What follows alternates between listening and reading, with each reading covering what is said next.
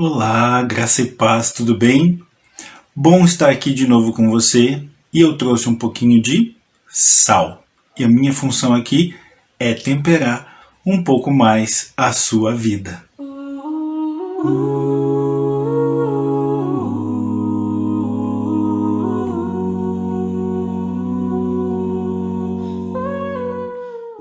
Que bom poder partilhar desse tempo com você de novo.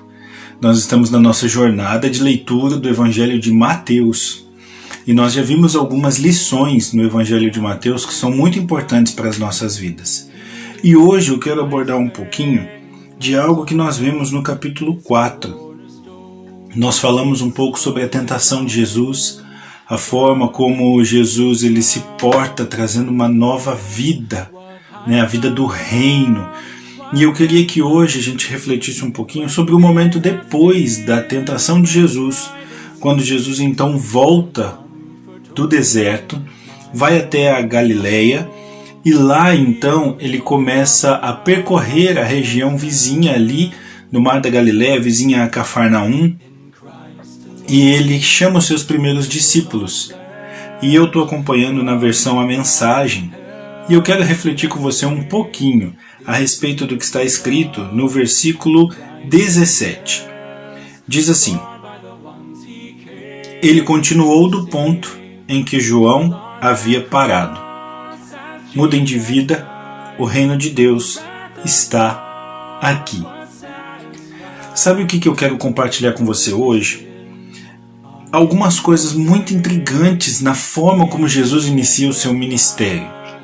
Jesus, quando foi batizado e saiu das águas, ele ouviu a voz do Espírito Santo falando que ele era o Filho amado de Deus, que ele trazia alegria para o coração de Deus. E ele foi levado ao deserto, a um lugar de encontro com Deus, um lugar de quarto secreto, um ambiente de intimidade, para que ele pudesse realmente se conectar à voz de Deus ali, e ele então receber uma ministração específica do Pai para o momento que ele ia viver como ministério, ok? Então nós temos ali Jesus sendo provado no físico, no emocional, no psicológico e espiritualmente. Por quê? Porque Satanás se aproveita da fragilidade física, emocional, e ele tenta fazer com que Jesus abandone o propósito de missão dele.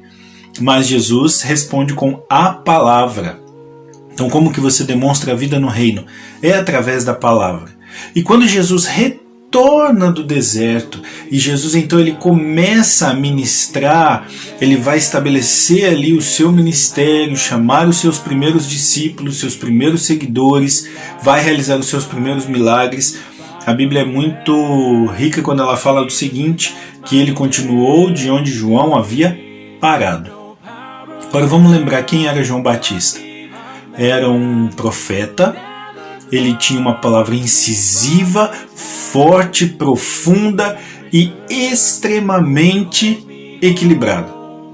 A palavra de João era aquela palavra e qualquer um reconheceria onde quer que fosse.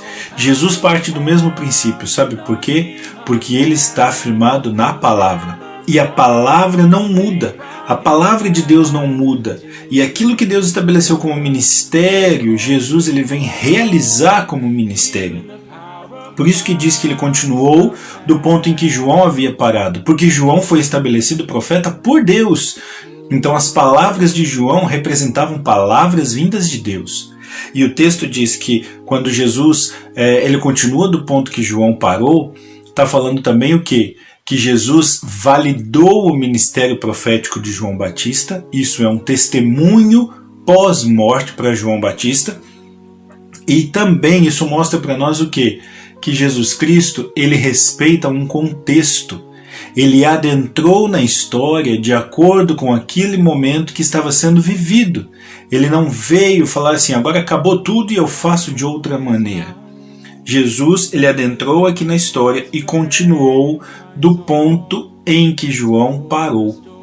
Isso mostra para nós também a forma como Deus é gracioso e como Deus intervém na história humana.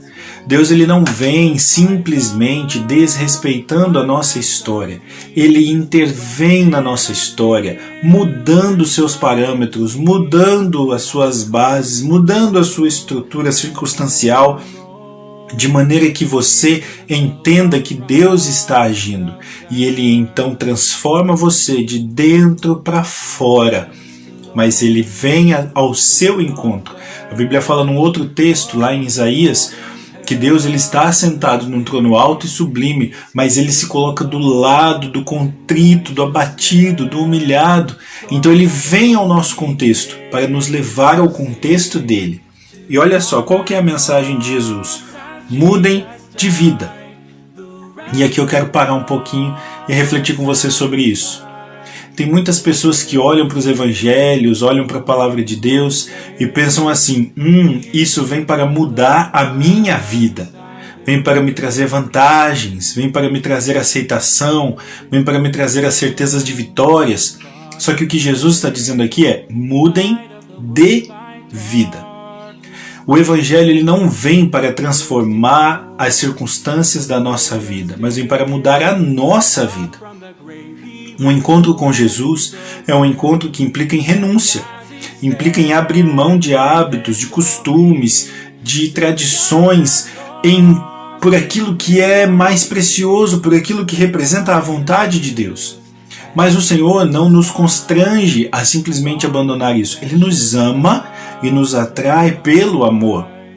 Quando uma pessoa aceita Jesus e ela entende o amor de Deus, ela por si só entende qual é a vontade boa, perfeita e agradável do Senhor, e ela passa a abandonar hábitos de uma velha vida e a cultivar hábitos de uma nova vida. Por isso a mensagem de Jesus é essa: mudem de vida. Hoje em dia muita gente diz o seguinte: olha, Jesus aceita como você está, Jesus é amor, por que Ele vai trazer um juízo sobre você? Sim, só que o amor, eu vejo que o amor ele é demonstrado de várias maneiras. Com carinho, com afeto, com aceitação, mas também com disciplina, com correção, com um ajuste de rota. Tem pessoas que hoje ouvem a palavra disciplina ou correção e já associam isso a algo negativo. Mas a correção ela tem um caráter positivo, porque só é corrigido aquele que precisa acertar um alvo. E acertar o alvo é o objetivo de vida de todo mundo. Ninguém quer viver uma vida errando. Ninguém quer viver uma vida dando cabeçada por aí. Nós queremos o quanto antes chegar no ponto da vida que a gente fala, esse é o meu ápice. Então correção é para o bem. E quando Jesus fala mudem de vida, é porque muitas vezes as nossas vidas, o nosso modo de viver, o nosso modo de encarar as coisas, eles estão em desacordo com o alvo que está traçado para nós. A Bíblia fala que Deus amou o mundo de uma tal maneira que Ele deu seu Filho para que todo aquele que nele crê não pereça, mas tenha vida eterna. Se o meu alvo é uma vida eterna, eu tenho que abandonar tudo aquilo que é perecível, tudo aquilo que perece, tudo aquilo que corrompe, tudo aquilo que me faz perecer, eu preciso abandonar para que eu possa encontrar então a vida eterna, cultivar o que é eterno. O que é eterno? O amor é eterno. Por quê? Porque aquilo que o amor estabelece na minha vida, muitas vezes como correção, muitas vezes como justiça, impetração de justiça, isso vai resultar lá na frente, em passos que eu só vou poder dar lá na frente se eu aceitar a correção aqui. Então quando o Evangelho nos ensina, quando Jesus nos ensina que nós precisamos ajustar, alinhar a nossa vida ao padrão do céu, Ele não está falando de um parâmetro de pode e não pode. Isso seria muito banal. Isso é algo que a gente usa com crianças na escola. Não pode, pode. Regras são para quem não tem maturidade de decisão. Agora, quando as pessoas têm maturidade para decidir, o que acontece? Elas não precisam das regras. E aí é que a palavra de Deus diz que Jesus veio para trazer os mandamentos não em tábuas de pedra, mas escrevê-las no nosso coração. De dentro para fora nós tomamos a decisão. Não é necessária uma regra, não é necessária uma imposição. Você não pode fazer isso ou você deve fazer aquilo. Mas o amor de Deus nos constrange de uma tal maneira que a nossa vida é transformada de dentro para fora. De dentro para fora. Muda o coração, depois mudam as atitudes. E aí é que surgem os conflitos de testemunho. Porque as pessoas olham para aquela pessoa e associam a um passado de atitudes que não condizem com uma nova vida. Mas essa nova vida começou dentro e ela vem para fora. E Jesus ainda diz mais: o reino de Deus está aqui. E eu vejo um aspecto aqui que vai além da gente entender que Jesus veio se estabelecer o reino. Mas o reino de Deus está em mudar de vida. Está em mudar de atitude. O reino de Deus está em ser renovado, transformado no entendimento. O que isso quer dizer? Existem padrões desse mundo que parecem bons, que parecem agradáveis. Existem padrões desse mundo que são comuns, mas não quer dizer que eles sejam corretos, e muito menos que eles sejam normais ou aceitáveis. Haja vista a cultura. Nós temos culturas diferentes, com costumes diferentes, hábitos diferentes. Alguns deles são muito estranhos para nós. Outros nós nos associamos com mais facilidade. Mas quando nós olhamos para o reino de Deus, ele fala de mudança. É uma mudança de cultura. É a cultura do céu, é a cultura do reino de Deus. Jesus fala isso várias vezes. O reino está aqui. Atentem para o reino. As parábolas do reino, ele ilustra como é o reino de Deus. O reino de Deus é o estabelecimento da justiça do céu, da vontade de Deus nesta terra, através de um padrão de vida que não condiz com a cultura desse mundo. A cultura desse mundo diz: tire a vantagem. A cultura do reino dos céus diz: se alguém te faz levar um prejuízo, perdoa. Se alguém toma algo de você, dê uma outra parte, dê um outro tanto. A pessoa pode estar necessitando mais do que você imagina. A palavra de Deus diz: se alguém te tomar uma capa, dê também um manto. Se alguém pegar de você uma blusa, dê para ele também uma camiseta. A gente tem que entender que nós estamos aqui para fazer a diferença. E a diferença ela não vai ser demonstrada só num argumento, ela vai ser demonstrada em atitudes. O reino de Deus está na mudança de vida. Muitas vezes a pessoa diz o seguinte: mas eu estou indo para a igreja, mas eu estou indo para a célula, eu até comecei um discipulado, mas eu não estou vendo o reino de Deus. Talvez você não veja o reino de Deus porque você não tem mudado a sua vida, seus hábitos, seus pensamentos, seu modo de se relacionar com Deus e com as pessoas. O reino de Deus está aqui. O reino de Deus está na mudança de vida, na metanoia, na transformação do nosso entendimento. Isso acontece da noite para o dia? Muitas vezes não.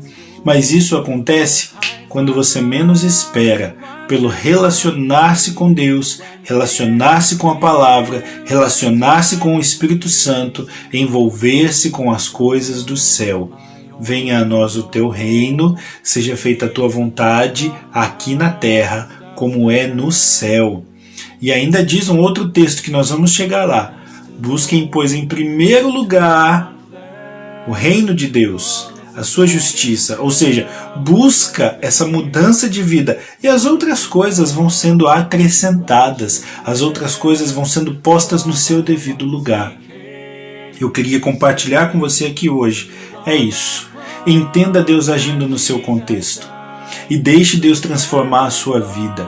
Permita-se ser renovado, ser transformado no entendimento de dentro para fora. E veja o reino de Deus se manifestando com poder e graça, de modo poderoso na sua vida. Posso convidar você a repetir comigo essa frase? Repita comigo assim: eu mudo a minha vida e manifesto o reino de Deus.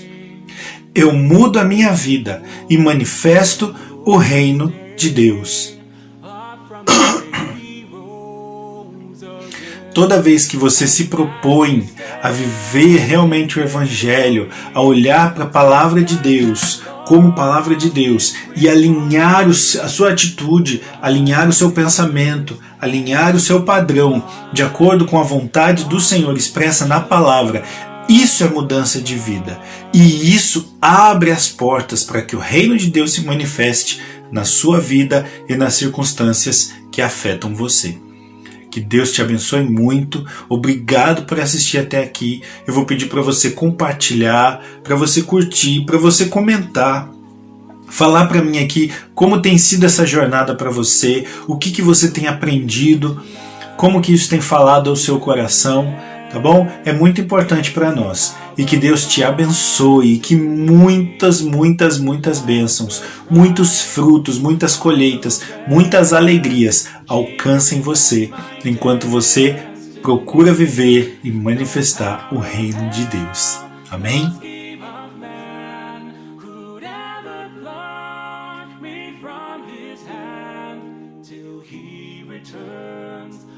Calls me home, here in the power of Christ.